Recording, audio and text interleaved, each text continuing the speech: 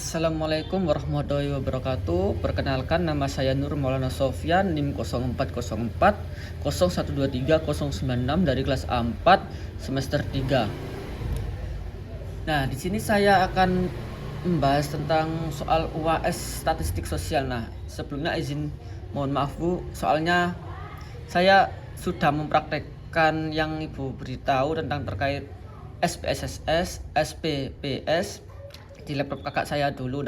Ternyata laptopnya itu dipakai buat kerja, sampai saat ini masih belum pulang.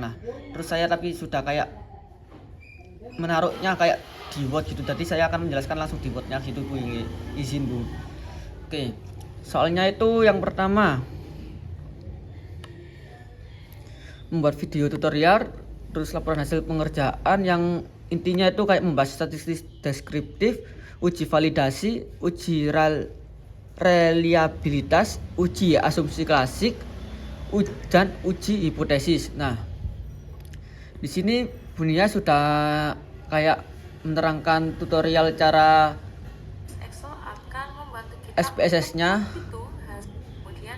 Gini caranya. Nah, itu di aplikasi SPSS, dan laptop saya ini tidak bisa Bu, dikarenakan belum update gitu Bu, dan saya tidak bisa mengupdate-nya gitu Bu. Jadi kayak tidak valid gitu filenya. Bukan filenya sih, tapi dari laptop saya. Nah, terus di sini sudah ada data mentahan UAS, yaitu yang disebut mana Y tingkat kesehatan, X1 makanan instan, X2 pengawet buatan, dan X3 pewarna buatan. Kayak gini soalnya.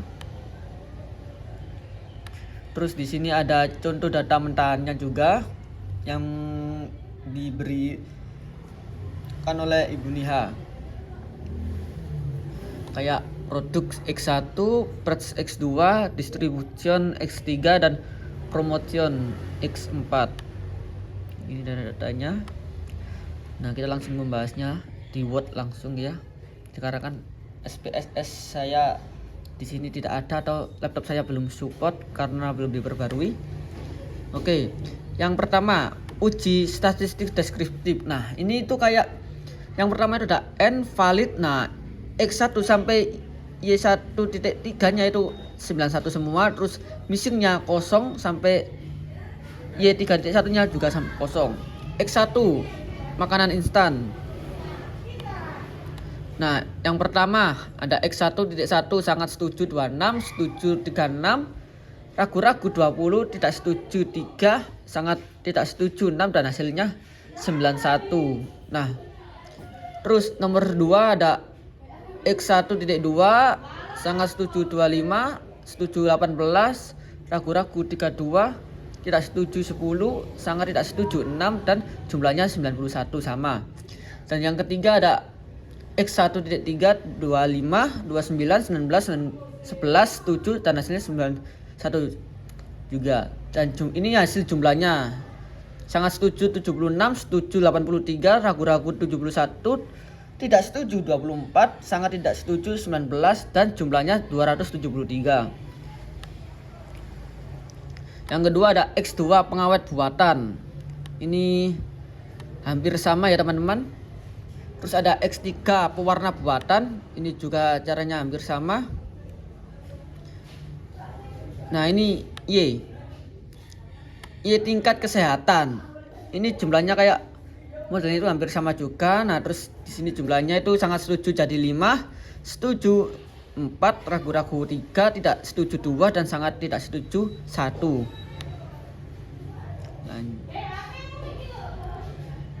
Terus yang kedua ada uji validitas person atau produk momen. Nah, ini caranya itu dilakukan di SPPS teman-teman.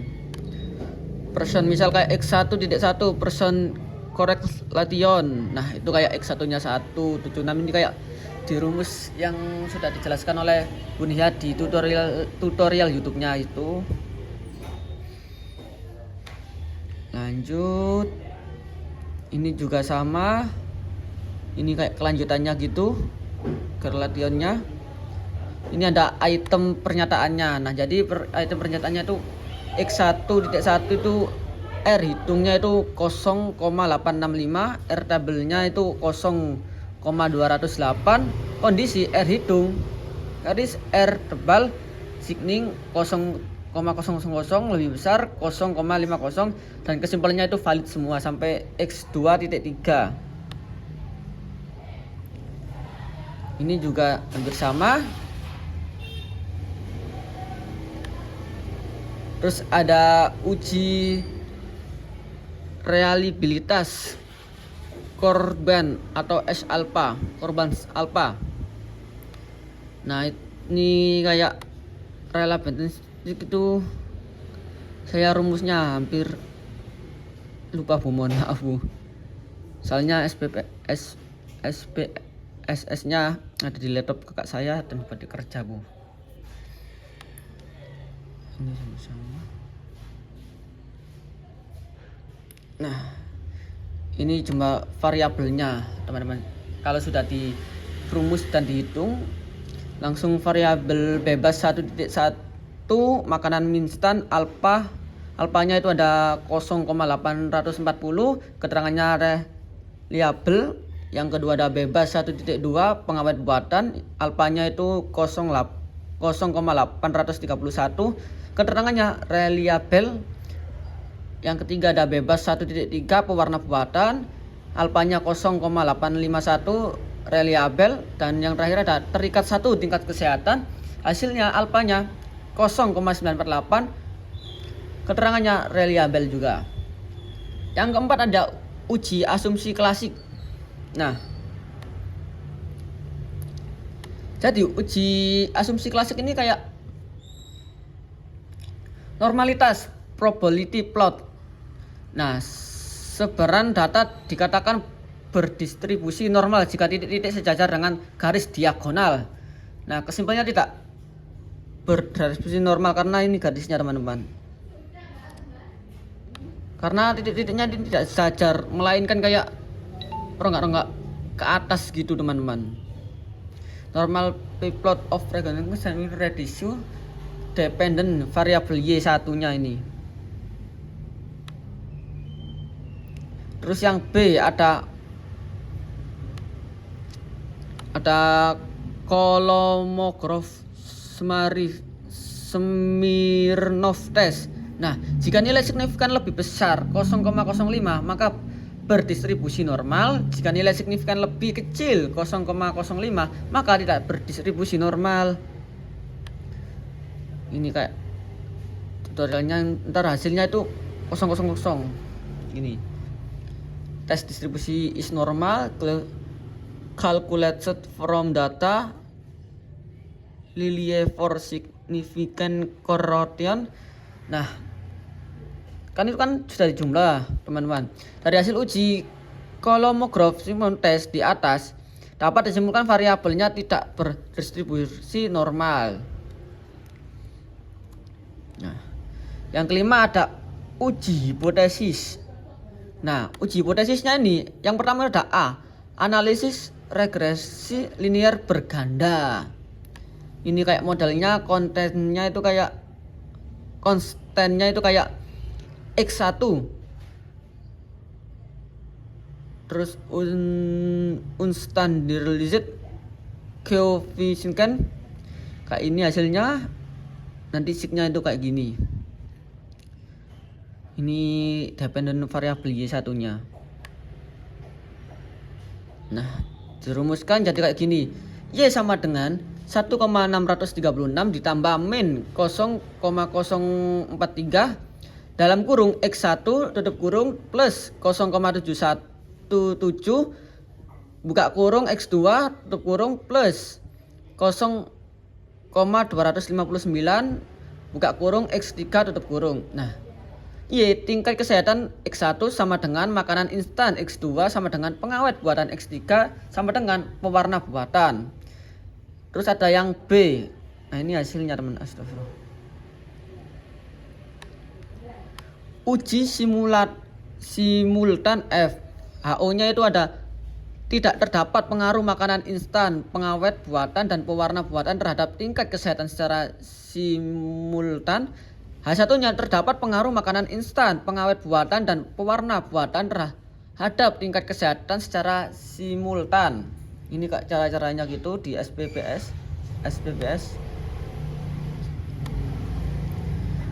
Terus F-nya hitung sama dengan 42,581. F-nya tebal sama dengan DF 1 buka kurung 4 min 1 sama dengan 3 tutup kurung. DF 2 buka kurung 91 min dikurangi 4 sama dengan 87 tutup kurung sama dengan 2,71 hasilnya.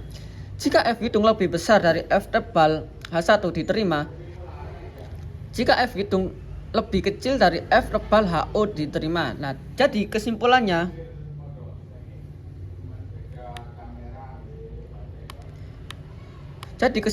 F hitung lebih besar dari F tebal.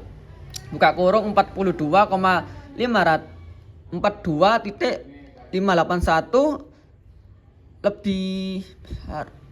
lebih besar atau lebih besar 2,71 tutup kurung. Maka HO2 ditolak dan H1 diterima. Maka terdapat pengaruh makanan instan, pengawet buatan, dan pewarna buatan terhadap tingkat kesehatan secara simultan. Terus yang C ada uji koefisien determinasi. Ini hampir sama rumusnya. R square sama dengan 0,595. Ini hasilnya 0,595 kali 100% sama dengan 59,5%. R square sebesar 59,5%. Variabel bebas memberikan pengaruh terhadap variabel terikat atau tingkat kesehatan, sedangkan 40,5% dipengaruhi oleh variabel lain yang tidak terdapat dalam penelitian ini. Uji parsial T-nya kayak gini ujinya. X1 HO tidak terdapat pengaruh HO atau H0 gitu. Tidak terdapat pengaruh makanan instan terhadap tingkat kesehatan secara signifikan. H1 terdapat pengaruh makanan instan terhadap tingkat kesehatan secara signifikan. Nah, ini kayak hasilnya Bu. X2 kesimpulannya nih Bu. X2 H0 HO tidak terdapat pengaruh pengawet buatan terhadap tingkat kesehatan secara signifikan. H1-nya terdapat pengaruh pengawet buatan terhadap tingkat kesehatan secara signifikan. X3HO-nya tidak terdapat pengaruh pewarna buatan terhadap tingkat kesehatan secara signifikan. H1-nya terdapat pengaruh pewarna buatan terhadap tingkat kesehatan secara signifikan. T tebal N min jumlah variabel 91 dikurangi 4 sama dengan 87. Terus tutup kurung 1,98827 bintang buka kurung N sama dengan jumlah responden. Jika T hitung kecil T tebal, maka H1 diterima tarif SIG lebih besar 0,05. Jika terhitung T tebal, maka HO diterima tarif SIG 0,05. Yang pertama ada uji hipotesis variabel X1 terhadap Y. T hitungnya itu sama dengan min 0,299 besar T tebal sama dengan 1000. 1.98827. Kesimpulan, tidak terdapat pengaruh makanan instan terhadap tingkat kesehatan secara signifikan. Yang kedua ada uji hipotesis variabel X2 terhadap Y. T hitung sama dengan 4,639. T tebal sama dengan 1.98827. Kesimpulannya, terdapat pengaruh pengawet buatan terhadap tingkat kesehatan secara signifikan. Yang terakhir, ketiga ada uji hipotesis variabel X3 terhadap Y. T hitungnya sama dengan 2078.